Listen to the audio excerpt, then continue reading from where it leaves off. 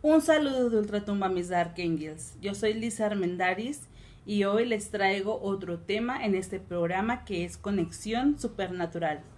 Pero antes quiero leerles un texto que dice así. Persuadido estoy de que llegará el día en que el fisiólogo, el poeta y el filósofo hablarán el mismo lenguaje y se entenderán todos. Este texto es de Claude Bernard y sí, lo estoy sacando del libro que a continuación vamos a analizar, que es Los Grandes Iniciados. Este es nuestro tema del día de hoy y les voy a hablar de las particularidades y peculiaridades que unen de alguna manera a estos personajes descritos en este libro de Eduardo Schuré, que une a todos estos grandes iniciados, a Rama, Krishna, Hermes, Moisés, Orfeo, Pitágoras, Platón, Jesús y Zoroastro. ¿Qué los une? Que todos forman parte de un mismo conocimiento esotérico. El camino de los iniciados por este mundo mágico, místico, esotérico, es un camino de luz, más sin embargo atravesar y poder trascender para ser un iluminado nos conlleva a cosas muy, digámoslo, fuertes. El ser iluminado habla de personajes que tuvieron que conocer de antemano su pasado, vivir su presente de alguna manera trágica, no necesariamente, pero la mayoría de estos personajes se suma a la tragedia de sus vidas y también conocer de antemano su futuro. Ellos vivieron con el ejemplo de ser buenas personas. También tenían conexiones espirituales muy grandes, conectaban con el universo, conectaban con fuentes astrológicas, con ángeles, con seres supremos, celestiales, divinos, etc. Ellos también viajaban en su astral. Ellos tenían la posibilidad y la clarividencia de ver, de saber las cosas que sucederían de antemano o anteponiendo todo lo que estuviese en sus vidas. Fueron humanos en su mayoría, aunque se habla de algunos de ellos como si fueran mitos y leyendas, mas sin embargo hay pruebas de que algunos de estos personajes pudieron haber existido. Pues bien, hablemos de estos iniciados en el mundo esotérico como seres humanos. Iniciaremos por Rama. Rama, quien fue un avatar del dios Vishnu. También tienen algo muy en común con el hoy en día llamados religiones trinitarias. ¿Por qué? Porque Rama proviene de una doctrina, como le llamamos trinitarias, en este caso, védica o Trimurti, que Trimurti habla también de las tres deidades supremas.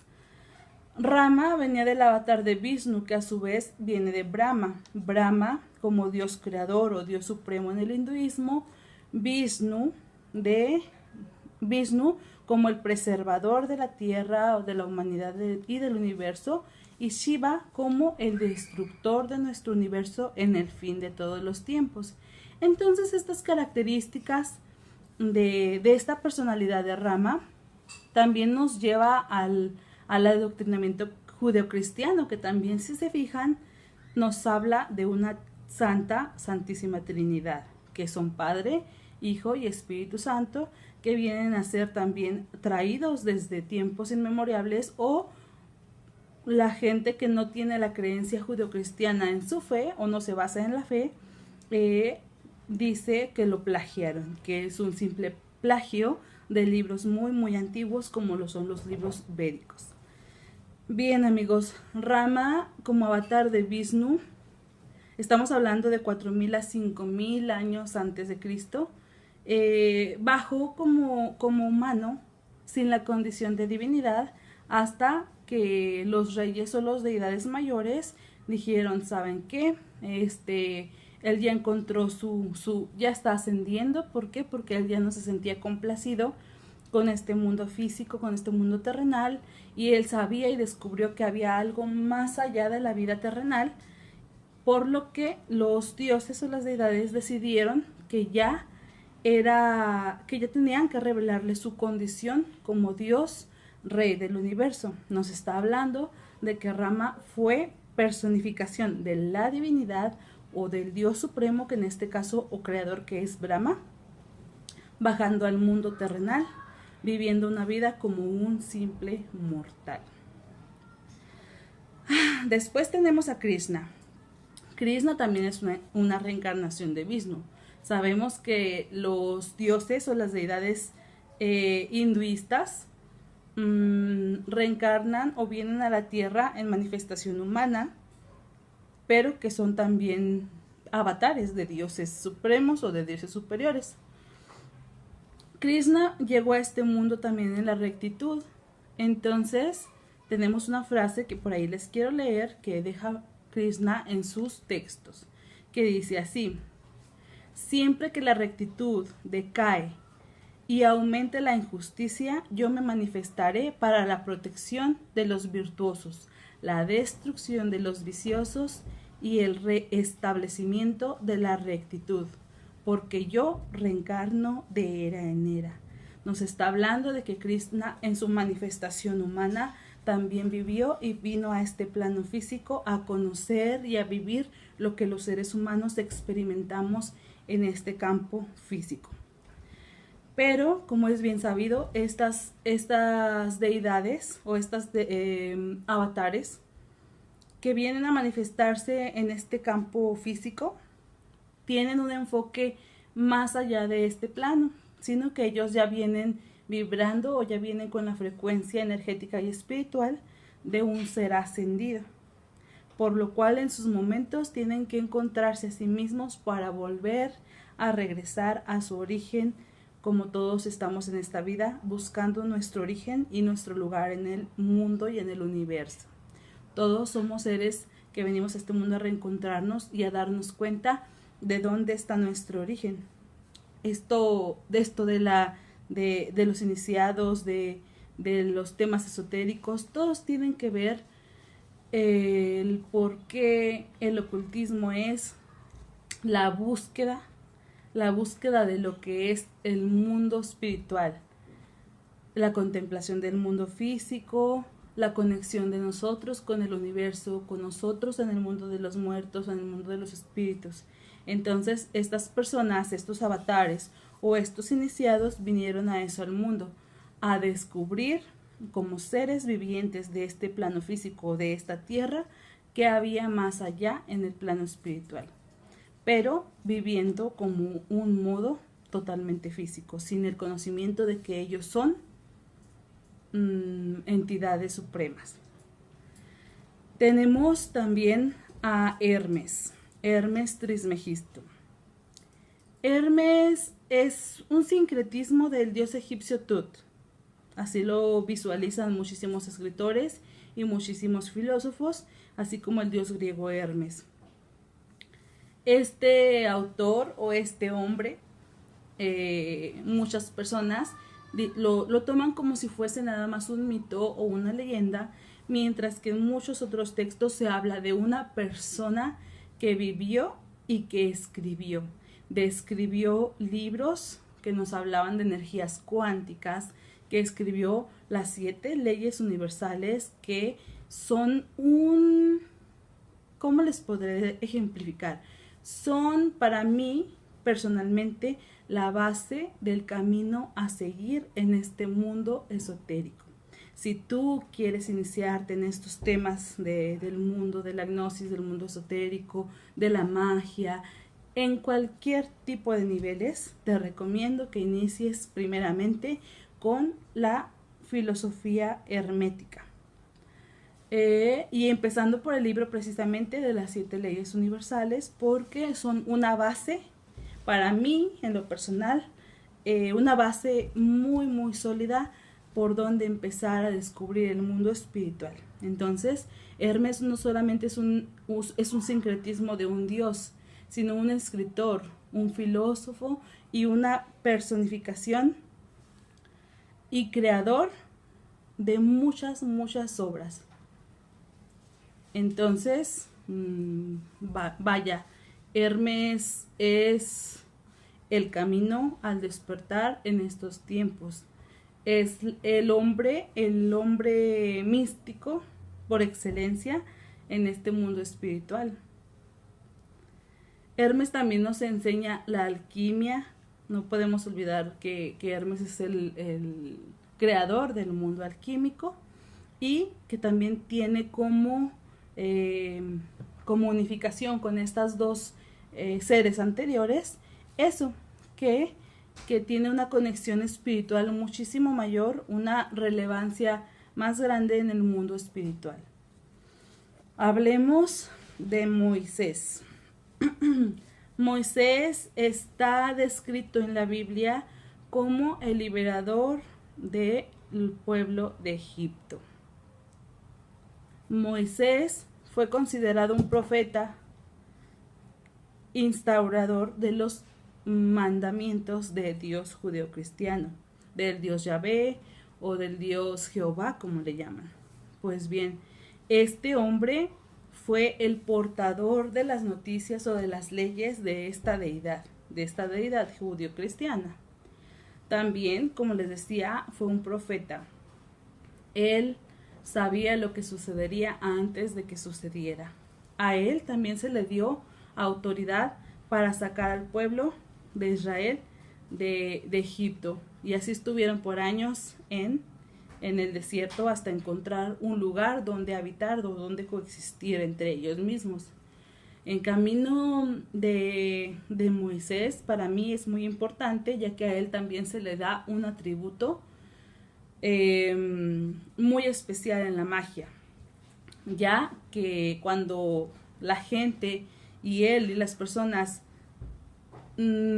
caminaban por el desierto, por el medio del desierto, la gente se empezaba a detener y a frustrar porque decía: Moisés, nosotros nos estamos muriendo porque hay muchas serpientes. Las picaduras de serpientes eran lo suficientemente fuertes para acabar con la vida de una persona, por lo cual Dios le ordenó crear una vara y en esta vara crear una serpiente de bronce, a lo que hoy en día le llamamos un caduceo. De ahí también viene una de las variantes de dónde proviene el caduceo. También es un tema muy, muy, muy increíble que también vamos a tratar más adelante. ¿Qué es el caduceo y de dónde viene?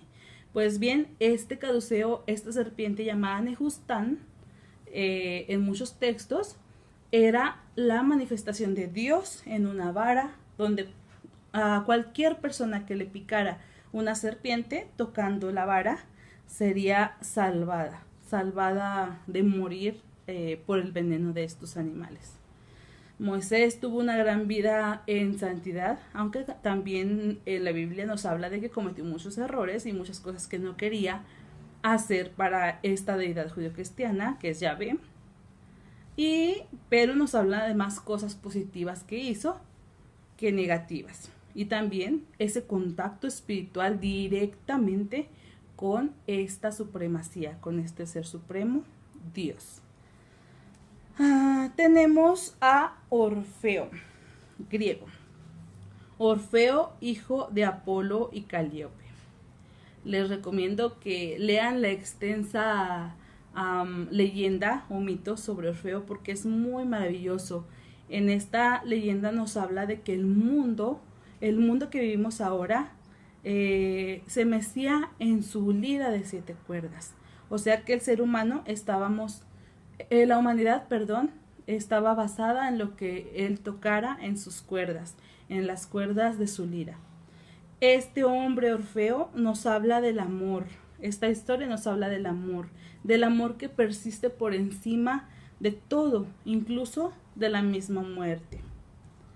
A Orfeo también lo conocemos por una trinidad diferente, pero a final de cuentas, Trinidad. ¿Por qué? Porque a Orfeo lo llaman o lo denominan el 3 veces coronado. Nos habla de que fue coronado en el cielo, que fue coronado en la tierra y que fue coronado también en el infierno. ¿Qué les está pareciendo, amigos? Ustedes coméntenme si saben más sobre estas trinidades o estas manifestaciones de personalidades que vivieron en la Trinidad, en la fe, o que ustedes pudieran llegar a considerar como ascendidos, iluminados o iniciados, aparte de estos que les estoy mencionando. Bien, pasemos a los hombres, que ya no son mitos ni leyendas, sino personajes que existieron. Y es momento de Pitágoras.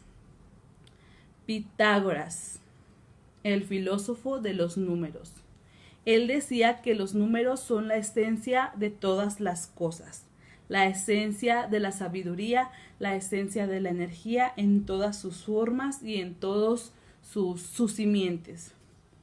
Pues bien, nos dice que los números y las figuras eran la clave o son la clave para entender la naturaleza misma del universo, del ser humano. La concepción de la humanidad y la concepción de todo lo que nos rodea está basada todo el tiempo en números, y en parte, en muy gran parte de este conocimiento que nos enseña, tiene toda la razón. Hoy en día, todavía en este mundo esotérico, usamos la numerología o los números sagrados, las formas sagradas, para consolidar nuestro conocimiento en el mundo esotérico.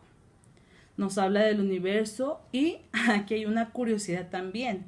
¿Por qué? Porque él nos enseña la Trinidad mediante la forma del triángulo, ¿sí? Entonces, más allá de la astronomía, de la Trinidad, de la percepción deica que le podamos poner a las anteriores figuras que mencioné, él como hombre descubrió el contacto de el humano, del ser humano, mediante los números, y para así reconocerse a sí mismo y reconocernos fuera en el universo. Después tenemos a Platón. Platón tenía las teorías de las formas y la idea de mundos sensibles. Decía que este mundo físico era solamente una sombra pequeñita de un universo más real y perfecto.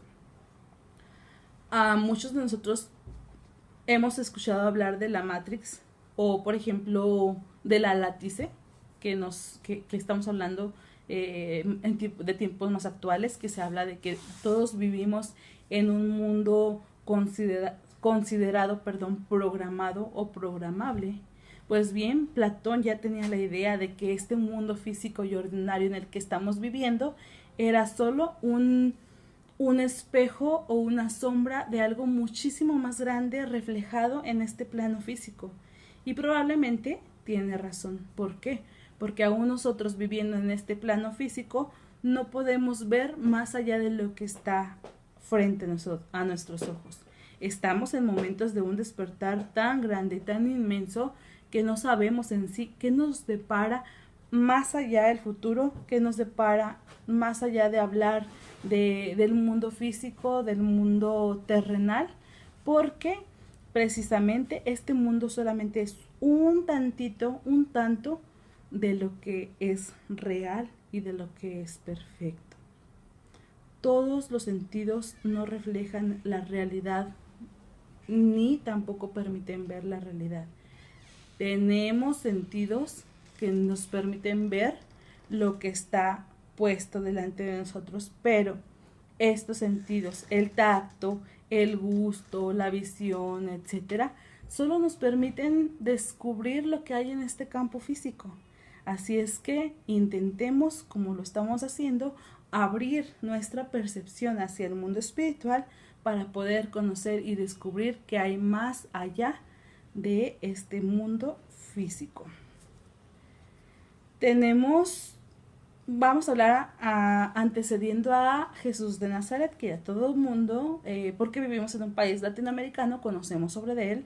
Vamos a darle antes de Jesús de Nazaret a hablar de Zoroastro. De Zoroastro o Zaratustra, como también lo llaman en algunos otros libros o menciones. Zoroastro es el instaurador de lo que hoy en día es la religión, digámoslo así, no la católica, pero sí instauró el cielo, el infierno, también instauró la lucha entre el bien y el mal. Entonces podemos decir que la gente que dice que la religión judeocristiana es un plagio, podría ser que no solamente sea un plagio, sino una, ¿cómo podríamos llamarlo? Inspiración, para que no suene tan feo, pero es la verdad. La inspiración del cielo, el infierno, la lucha contra el bien y el mal se instauró, desde Zaratustra. Él nos habla de cómo la manifestación física de las personalidades inducen a ciertas corrientes maléficas o también benéficas en su caso. Para ello, estamos hablando de que esta religión también nos habla de que fue la primera religión que adquirió o impuso pues la sabiduría de un solo Dios. Zoroastro nos hablaba y decía que solamente había un Dios. Y en esta tradición o en esta forma de religión nos está diciendo que cambió de haber religiones que eran politeístas a instaurar el monoteísmo. ¿Qué significa esto? La adoración a un solo Dios. Y pues bien, por último, pero no también menos importante, hablemos de este iniciado que todos conocemos como Jesús de Nazaret. 800 años antes de su nacimiento, los profetas de Israel ya lo anunciaban al portador del amor, anunciaban a este ser de supremacía inimaginable, a este maestro, pero no sabían quién era. La Biblia nos habla de muchas cosas, de muchos caminos que tomó Jesucristo, nos habla de su infancia, nos habla también de sus mandamientos y de su muerte. Pero amigos, ¿por qué la Biblia no nos habla dónde pasó Jesucristo, su adolescencia, su adultez antes de sus 33 años? Hay muchos libros escritos que son apócrifos, supuestamente, que nos narran y nos dicen que Jesucristo pudo haber vivido en otro lugar, fuera de Israel, fuera de Egipto. Sí, yo soy testiga de textos de libros donde dicen que Jesucristo fue un monje que estuvo dentro del budismo aprendiendo del amor, también de la manipulación de las entidades oscuras y su conversión. Como ustedes saben, los budistas no solamente alejan a los demonios, sino que ellos intentan, en su afán de cambiar el mundo, de convertir a las fuerzas negativas en fuerzas positivas. Pues Jesucristo fue un gran iluminado, no solo porque nos enseñó o nos dirigió a la paz, sino porque él la experimentó como humano al llamarse o autodenominarse Hijo de Dios. Antes de autodenominarse Hijo de Dios, él mismo estudió y vivió como un ser humano ordinario, antes de lo que todo el mundo sabemos que sucedió, que fue crucificado por nuestros pecados. Él como Padre, Hijo y Espíritu Santo, como la manifestación del Hijo de Dios, pero como Dios mismo puesto en la tierra en este mundo, también estamos hablando de una doctrina trinitaria, y también, como les había mencionado, a Brahma, Vishnu y Shiva, que son los principales deidades o divinidades en el Trimurti. También la instauración de la Trinidad cristiana, del Padre, del Hijo y del Espíritu Santo, nos hablan de este personaje. Pues bien, amigos, no sé si les agradó el capítulo, pero creo que es un tema muy importante que debemos tomar en cuenta porque todos, siendo seres humanos, siendo seres imperfectos, estamos en búsqueda de alcanzar la divinidad, como estos seres ejemplares que les mencioné. Si ustedes tienen alguna duda, recuerden dejar su comentario y no olviden contactarnos todos los martes a las 9 de la noche por Dark Angel Tours. Esperen los siguientes capítulos que yo sé que de antemano les van a encantar. Esto ha sido todo por hoy y les mando un fuerte abrazo de Ultratumba. Hasta la próxima.